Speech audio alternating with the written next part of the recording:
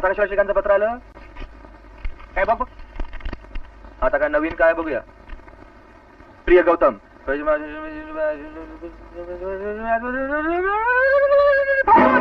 आता आपली खरी नोटीस लागलेली आहे. आपल्या दोघांना नोकऱ्या मिळालेल्या आहेत. त्यांनी आपल्याला ताबडतोब दिल्लीला बोलवलंय. मी तुला म्हटलं नव्हतं काय तुम्हाला कधीही दगा देणार नाही म्हणून. पगाराचं काय दिलंय? पगाराचं दिलंय. किती किती असेल? किती असेल सांग ना. 1,500 रुपये. 1,500? अरे पुढे काय? पुढे काय काय? संध्याकाळच्या गाडीनी चलो दिल्ली, थांबायचं नाही.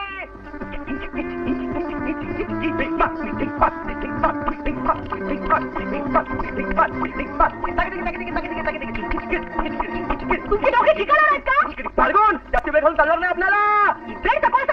सुनीत घालतो कोळसा. आता मी तुला काय सांगतो काय झालं? तुझा तू कर, मला वेळ नाही. त्याचं सामान घेऊन बसले. खुशाल मार, आम्हाला फिकीर नाही. We don't care. आणि तुझी आता आम्हाला गरज नाही, कारण आम्हाला दोघांना दिल्लीमध्ये नोकरी मिळालेली आहे आणि आता संध्याकाळी आम्ही तिकडे जात आहोत. तू जाऊ शकते. तुझ्या बापाच्या पैशाची आम्हाला अजिबात गरज नाही. अरे आता आपल्याला बरीच धावपळ करावी लागणार आहे. मला कपडे बघितले पाहिजेत. मला एकदम अश्विनीला भेटलं पाहिजे. मी त्याला फारच सतावलाय. अंत बघितला तिचा. आणि मला पण सुहासला जाऊन भेटलं पाहिजे आणि त्या परिवेटरूमच्या मालकाला जाऊन सांगितलं पाहिजे. आपली खरी पळापळ आता सुरू झाली आहे. हिचं काय करायचं? कोणाचं?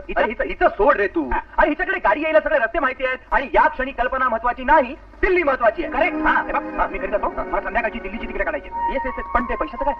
पैसे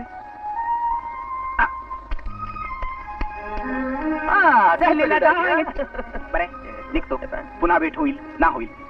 दिल्लीला जाईन. सामान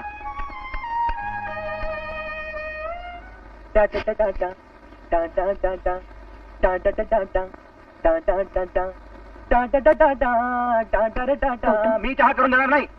चहा तुम्ही विचारत नाही. That's good. आतापर्यंत मी तुझा हुकूम मानला कारण तू नाही इलाज होता, पण आता तू गेलीस उडत. तुझा माझा काही संबंध नाही. तू जाऊ शकतेस.